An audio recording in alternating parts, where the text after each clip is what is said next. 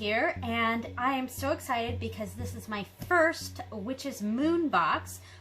For the past year or so, not quite a year, I've been getting the Witch's Roots, and I switched up to the Witch's Moon. Currently I am getting both boxes. In the future I may drop the Roots box, we'll see. Yeah, so I'm really excited to open this and show it to everyone. I've already pulled everything out. Like I say in all my previous videos, I can't wait until the camera is on me to open my box and see what's inside, because I just can't wait. So I'm too impatient. So I always open them first and go through my goodies and things like that. So my videos aren't really a true unboxing. They're more of a walkthrough of the items. So I'm going to set this aside and I'll start showing some of the items. So first you'll see an oracle card with the paperwork that gives all the details about the box and everything inside. So this oracle card, it's beautiful Egyptian themed, and on the back it says, I don't know if the camera can see it, but oh, sorry, the dog. But it says, stay true and be in your power. You are a sovereign divine being with spiritual authority and freedom within. You do not need permission from anyone to be who you are and live your life as you so choose. This is your divine birthright. Guard it as the precious treasure that it is, and remember that you are a divine being free to be you. So great, love it. And so the theme of the box is Lady of the East, and they give like 2 full pages of information. Seems like it would make more sense to do it front and back, because they give you another piece of paper for any spell work or something like that you're going to do, which is great. That's awesome. But to save paper, it would make sense if they did the actual information front and back. I don't know, just my opinion there. Yeah, so what is the deck that this oracle card is from? I actually did not check that when I went through this before. I'm trying to find the deck. So, personal oracle reading from the Pocket Isis Oracle deck. Alright, I will check out that deck because this is a beautiful card. Alright, so next up we have the, this is the spell or incantation or the evoking words for Bastet, goddess of the rising sun. On silent nights, on mornings of anew, I honor the goddess who sees all views. Goddess of the rising sun, protector and queen, I ask for safety during times unseen. I seek wisdom and knowing. I seek truth within despair. I seek the calm tones of your earnest repair. Where the fortune unfolds, where intentions collide, I call upon Bastet to protect and guide. So mote it be. And this is by G. Ibis, or G. Ibis. And so this actually comes separate from this hard backing, but I put it in with the hard backing anyway. And the other artwork is this beautiful Yule Correspondences sheet, and it is just stunning. I love the like ravens that are in the corners, and these like holiday cookies with the holly leaves, and yeah, beautiful, beautiful design. I love this. The artwork is the primary reason I get these boxes, so I love seeing this. So, and then we have the large artwork, and I'm not sure how I'm going to keep these ones, because with the smaller artworks, and these are the same size from that we get in the Witch's Roots, I'm saving those, and I scan all of them to eventually kind of organize in a Book of Shadows or a grimoire of some type. But these ones, that come in the Witch's Moon, are actually quite large, and it looks like a, like a 8 by 10 or 8.5 by 11 piece of, print. But by the way, this is gorgeous, Bastet. Yeah, so I don't really follow the Egyptian pantheon.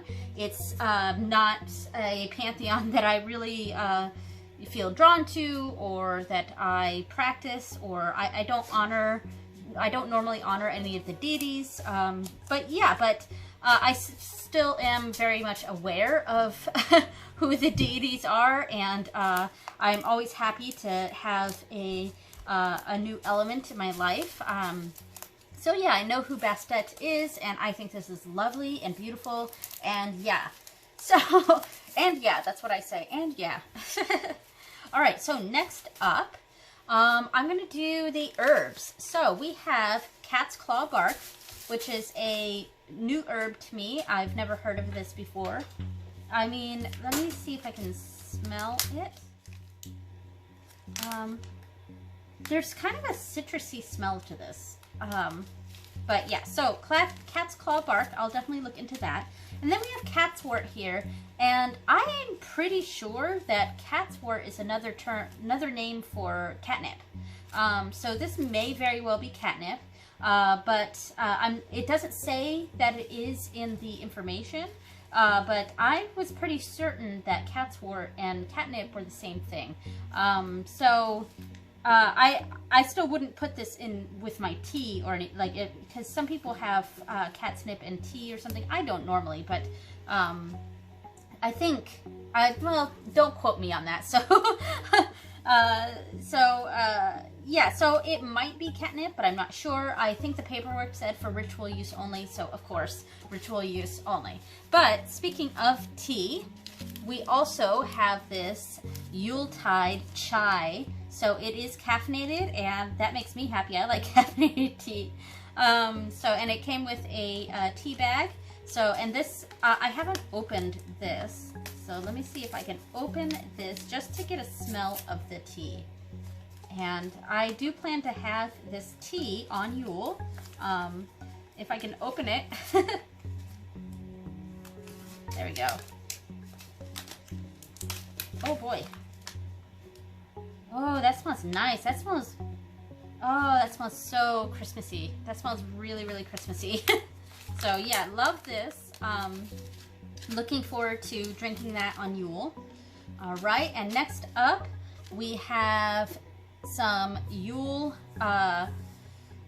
sacred salt. So you could put this in your bath. I don't actually have a working bath, so I can't use this kind of stuff for a bath. It smells nice. Kind of woodsy. Yeah, kind of woodsy. So, like pine, which fits for Yule. Like that evergreen smell. So I would use these more in a ritual sense, not like actually doing a ritual, not in a bath, because I don't actually take baths. I would like to, but our bath situation we need to remodel our bathroom. So I could really only take a shower, and you could put it in a, I could use one of my other tea strainers for this, and use this to hold some sacred salt and just have it hanging in the shower, which is one way to use it. But I would probably honestly use it more in a ritual sense, or in spells or things like that. So great. I love to have some ritual salt. I don't really have a lot of that. So then we also have a bundle of herbs. I believe, I didn't read on the paper, but I think this is a lot of like evergreen, or it smells so good. Oh man, that smells nice. Let me see if it says exactly what this is. Cedar sage stick. Here we go. Cedar sage stick.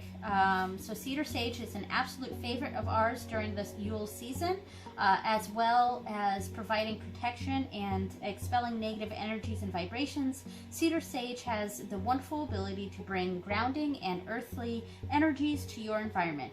As the smoke from the sage stick travels around your home, we recommend verbally reciting your intentions so that the energy that remains is charged with your authentic purpose. Be sure that you use over a fireproof bowl filled with sand to catch any ash that may fall. So, all right, so that is the stick. It is a cedar sage stick. So there we go, nice. And then, let's see, we have incense, and I'm so glad it's got the name of the incense on there, and this smells really nice. I smelled this earlier, and it smelled quite nice. Let me pull one out and see if I can smell. Oh yeah, that smells nice, and it's a pine smell, so I really like that. So then we also have our candle and large straight beeswax. It doesn't look like it's colored with anything, so it's just beeswax. It does look like maybe it's rolled with some herbs, because I see some discoloration there, and I think there might be herbs on the inside. I am not sure. Actually, I see it. I see some herbs. I'm not sure if you guys can see that, but I do see some black bits or like dark colored bits. And it could be from some of this that came off in the box. But yeah, so we got a lovely candle. These are a little large for me personally. I don't normally use very large candles. And that's why I actually really like those mini chime candles, those simple spell chime candles, because they're convenient and they're small enough that it's not going to take too long for it to go out, because if it's going to take a long time, then it kind of takes me out of the magic a little bit, because I have to watch it so carefully, and I can't just leave something. Yeah, so, and I can't just sit there and watch it for a long time, so I do prefer smaller candles. I wonder if I could chop this down, like cut it in half, and then make it so I can see the wick again, and that way I'd have 2 candles. But yeah. All right, so oh, we also have the oil. So this is Temple Goddess, which is great, and this smells so interesting. Yeah, I can't quite place what this smells like, but it smells almost like candy.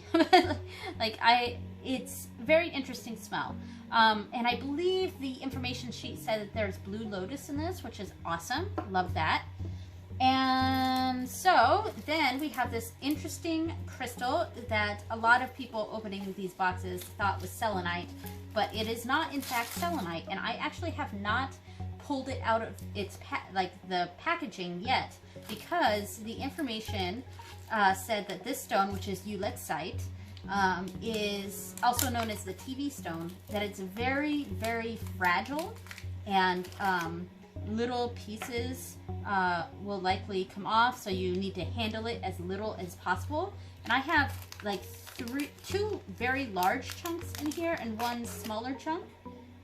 So it looks like they were all one big piece, but it broke into like 3 pieces, which I think it's supposed to. But yeah, so there we go. I will wash my hands after this, because it said that this is, you really shouldn't handle it too much. I say as I'm handling it. And that it's very fibrous, so there's a lot of little strings in it. But yeah, this is also a magnifying stone.